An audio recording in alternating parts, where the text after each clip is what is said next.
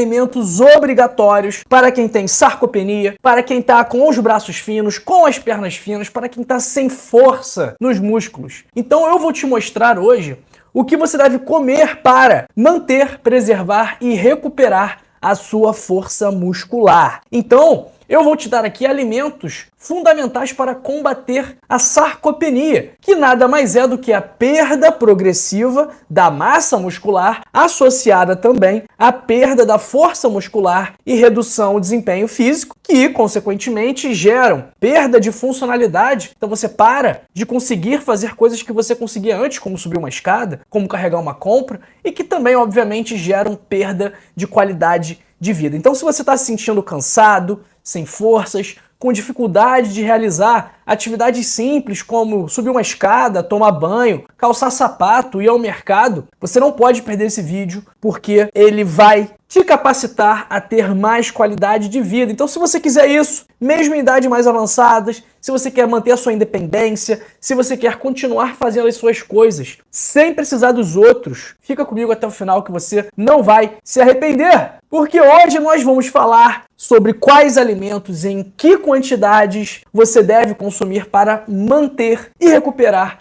a sua força muscular. Então, já vai comentando aí, já escreve no chat, escreve nos comentários de que parte do Brasil ou do mundo você me assiste agora e me conta se você tem algum desses problemas, se você está se sentindo mais fraco, se você percebe que a sua força muscular não é mais a mesma. Então escreve aí no chat, nos comentários, porque eu quero te conhecer melhor. Então, pessoal, falando em alimentação, nós temos que ter em mente 4 macronutrientes que a gente chama: os carboidratos, gorduras, fibras e proteínas. Cada um deles com suas funções, seus objetivos e suas importâncias. Mas hoje nós vamos dar mais atenção para as proteínas. Por que que nós vamos dar atenção às proteínas? Principalmente falando de idosos, de pessoas com mais de 60 anos, pessoas com mais de 65 anos. Primeiro, as proteínas elas são fundamentais para construir músculo. E os músculos eles não servem apenas para nos dar força e mobilidade. Eles também têm várias outras funções metabólicas. Então eles ajudam a controlar a pressão arterial, ajudam a controlar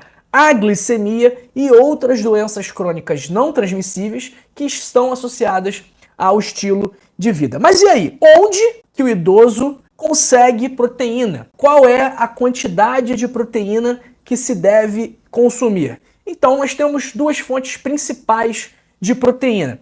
As primeiras fontes são as fontes de proteína de origem animal. Quais são elas? Carne, peixe, frango, porco, cordeiro, cabra, cabrito, frutos do mar, laticínios, ovo, tudo isso são fontes de proteína animal. E, pessoal, é muito importante que o idoso consuma proteína. Eu sei que tem muita gente que para de comer frango, que para de comer carne, que para de comer peixe, que para de comer ovo, pensando que está fazendo uma escolha saudável, né? A pessoa fala, não, eu não como nada, eu só como legumes e frutas. Só como legumes, verduras e frutas. Isso não é uma alimentação saudável, na maior parte das vezes, porque provavelmente será uma alimentação pobre em proteínas. Então, você idoso, não pode deixar de lado a proteína e colocar no lugar da proteína fruta, vegetal, verdura. É lógico que você deve consumir frutas, verduras, vegetais, legumes, claro, mas você também não pode se esquecer de consumir a proteína. E eu vejo que muita gente deixa de consumir a proteína. A minha avó, mãe da minha mãe, por exemplo, Dona Edir, não sei se está me assistindo aí, caso esteja, Dona Edir, um beijo, te amo. Ela consome pouca proteína animal e ela deveria consumir mais, porque isso faria melhor para a saúde dela. Então, essas são o primeiro grande grupo de proteínas, que são as proteínas de origem animal. E agora temos as proteínas de origem vegetal. Feijão, grão de bico, ervilha, soja, ora pronobis, lentilha, todos esses alimentos também são ricos em proteínas e que devem ser consumidos e que podem substituir a proteína animal caso seja da vontade da pessoa não consumir proteína animal, caso a pessoa seja vegetariana, vegana ou tenha alguma outra escolha alimentar, ela pode utilizar-se desses alimentos para conseguir consumir a quantidade adequada de proteínas. E que quantidade adequada é essa, pessoal? Olha, para o adulto jovem manter o músculo, né? Caso ele não queira ganhar músculo, ele deve consumir entre 0,8 a 1 grama de proteína por quilo de peso por dia. Ou seja, se ele tem 70 quilos, ele deve consumir 70 gramas de proteína para manter essa massa muscular. Caso ele queira ganhar massa muscular, ele deve consumir mais proteína, entre 1,2 grama até 2 gramas por quilo. Então, se ele pesa 70 quilos, ele deve consumir, caso ele queira ganhar massa muscular, até 140 gramas de proteína por dia. Isso é para o adulto jovem. Para o idoso é diferente. Só para ele manter os músculos, o idoso deve consumir entre 1,2 e 1,5 gramas de proteína por quilo de peso por dia. Por quê que o idoso tem que consumir mais proteína do que o jovem? Porque a partir dos 30 anos, e eu já estou aí nessa faixa etária, né? Estou com 31, o balanço entre produção e consumo de músculo, ele começa a pender mais para o lado da perda muscular. Principalmente se a pessoa não tiver hábitos saudáveis. Se ela for sedentária, se ela comer mal, se ela fumar, se ela beber. Então, é por esse motivo que o idoso deve consumir mais proteína. Como que você vai saber a quantidade adequada de proteína que você precisa consumir? Você vai pegar o seu peso e vai multiplicar o seu peso por 1,5 na calculadora. Então você vai ver, se você tiver 80 quilos, você vai multiplicar por 1,5, o resultado será 120 gramas. Se você tiver 60 quilos, você vai multiplicar por 1,5, o resultado será 90 gramas. Então é dessa forma que você vai descobrir quanto de proteína você precisa consumir. Ah, mas aí você vai pensar, não, doutor, eu tenho 70 quilos. Fiz a conta aqui e eu vi que eu preciso consumir 105 gramas de proteína para poder manter minha massa muscular. Isso é fácil, porque eu vou pegar um bifão, vou pegar ali um bifão de 150 gramas, né, que é o bife que eu como todo dia, um peito de frango de 150 gramas, vou mandar para dentro e resolvido. Já consumi aí minhas 150 gramas, até consumi mais do que as 105 gramas que eu deveria consumir de proteína. Só que, pessoal, não é simples assim. Por quê? O peso do frango, da carne, do peixe, do ovo, o peso da lentilha, da ervilha, ele não é 100% proteína. Então, no bife de carne, num bife de frango, por exemplo, eles têm entre 25% e 30% de proteína. Então, num bife de 100 gramas, você vai ter entre 25 e 30 gramas de proteína. Então, pessoal, não é tão simples assim. Não é só comer um bife de 100 gramas que você vai bater sua meta. Não, porque desses 100 gramas, 30 são proteína, mas aí vai ter água, vai ter gordura, vão ter outros nutrientes. Então, para a gente bater a meta, vai ser preciso consumir mais proteínas. Vai ser preciso, você não vai conseguir bater a sua meta de 100 gramas de proteína consumindo um bife de 100 gramas. Não. Então, como ninguém vai querer comer 400 gramas de frango, 400 gramas de carne todo dia, é importante diversificar as proteínas e também dividi-las ao longo das refeições, porque senão o seu corpo também não vai conseguir absorver da forma adequada. Então ele consegue absorver ali cerca de 30 e poucos gramas, 30 a 35 gramas de proteína por refeição. Por isso que é interessante a gente espaçar bem o consumo de proteínas, senão você vai acabar jogando proteína fora, ok? E como que é o café da manhã clássico do brasileiro? Ele vai pegar um pãozinho francês, né? Vai passar uma margarina, não vai nem passar manteiga. Vai pegar um pãozinho francês com margarina e um cafezinho pingado, que é um café preto com só uns pinguinhos de leite para deixar mais palatável. Pessoal, esse café da manhã clássico do brasileiro, ele é pobríssimo em proteínas. Vai ter um pouquinho de proteína ali do pão, um pouquinho de proteína do leite, que quase não tem no café. Então, esse café da manhã, ele vai contribuir para a manutenção da sarcopenia. Ele não vai contribuir para o ganho de massa muscular. Então aí já está o primeiro erro, café da manhã não tem proteína. E aí no almoço, como é que é o almoço? A gente sabe das limitações financeiras, né? Boa parte das pessoas não tem condição de comprar carne, de comprar frango, de comprar peixe e acaba se enchendo de quê? De macarrão, de arroz, de farinha, de salsicha, né? Acha que a salsicha é a mistura, que nem o pessoal fala, e fica comendo salsicha, né? Como se salsicha fosse uma opção de proteína, que não é uma boa opção. Falta proteína, né? Então, ó, já não teve proteína no café da manhã, já não teve proteína no almoço. Eu sei que muita gente que está me assistindo aí está se identificando com esse café da manhã, está se identificando com esse almoço, e aí vai pro jantar. E aí, como é que é o jantar? Não, doutor, à noite eu não sinto fome, sabe como é que é? Eu nem janto, doutor, nem janto. E aí, muitas vezes, o jantar é parecido com o café da manhã.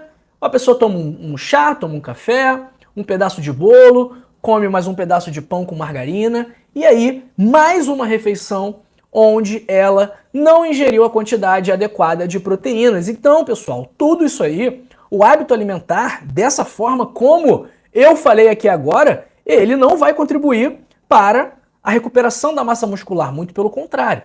Vai contribuir para que essa massa muscular continue se depletando, continue diminuindo, se deteriorando. Mas como que a gente vai mudar isso? Então, em vez do café da manhã, de você comer um pão com margarina e um café pingado, por que você não adiciona 2 ovos nesse pão, 2 ovos mexidos?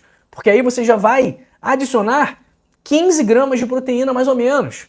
Além disso, se você tomar o copo de leite inteiro, vai adicionar mais cerca de 6 gramas de proteína. Se você botar uma fatia de queijo Minas, mais 5, 10 gramas de proteína, dependendo do tamanho da fatia. Então, só aí no café da manhã, com 2 ovos, um copo de leite e uma fatia de queijo Minas, você já vai ter adicionado aí 30 gramas de proteína. Então, ó, se você tem que consumir 120 gramas de proteína, já foi aí 25%, já foi 1/4.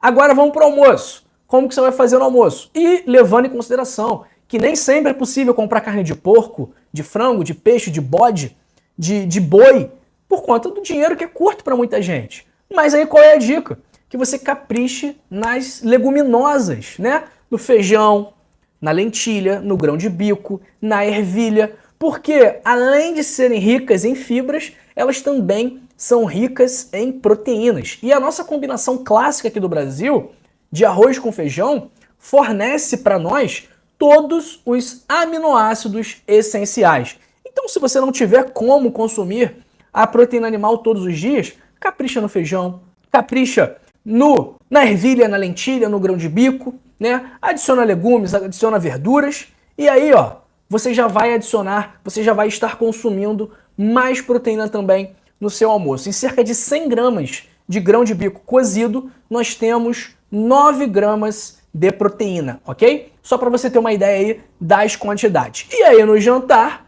você vai incluir os ovos, os laticínios, vai fazer um bifinho, vai fazer um peixinho, um franguinho, que isso também vai ajudar a aumentar o consumo de proteína. E eu tenho certeza, pessoal, de você, que muitos de vocês aqui que estão me assistindo agora, não estão batendo a meta proteica diária. Você que está me assistindo aí, você acha que você está batendo a sua meta de proteínas ou não? Escreve aí no chat, escreve aí nos comentários, me conta, quero saber o que você está achando. Pessoal, isso aqui é proteína, né? É a proteína que a gente tem aí, mais famosa, que todo mundo sabe o que é o whey protein, a proteína do soro do leite. Todo mundo tem que tomar whey protein? Não, não é todo mundo que tem que tomar. Quem tem que tomar whey protein?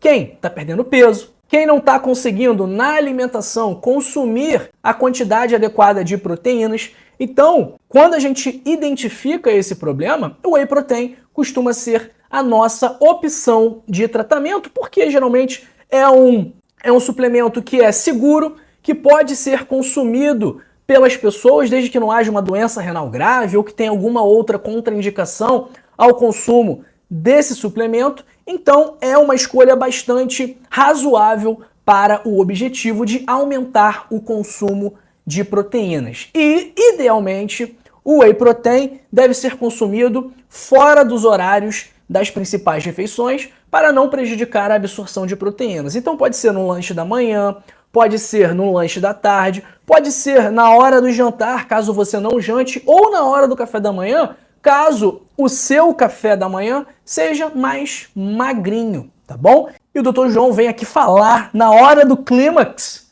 que não é só comer proteína que vai resolver. Pois é, pessoal. Além de comer a proteína, você precisa fazer atividade física.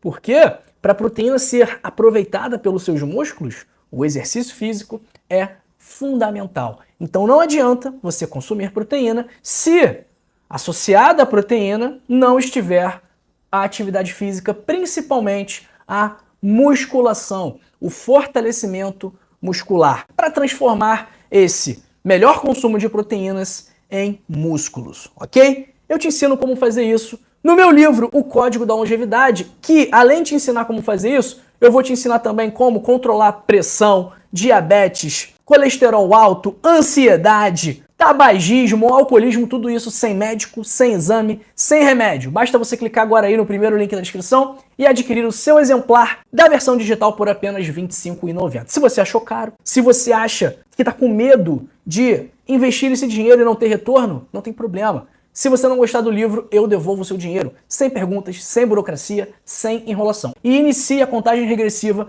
para a sua vida se transformar para melhor, como o nosso amigo Genésio Testa aí, que está recomendando o livro, que já leu o livro e está recomendando pra gente. Aí, para quem ainda não leu, só digo que você está perdendo tempo e uma oportunidade muito boa de melhorar a sua vida, de ter mais energia, mais disposição, mais qualidade de vida. Então, pessoal, sem mais delongas, clica aí agora, primeiro link da descrição, link fixado nos comentários e adquira o seu código da longevidade.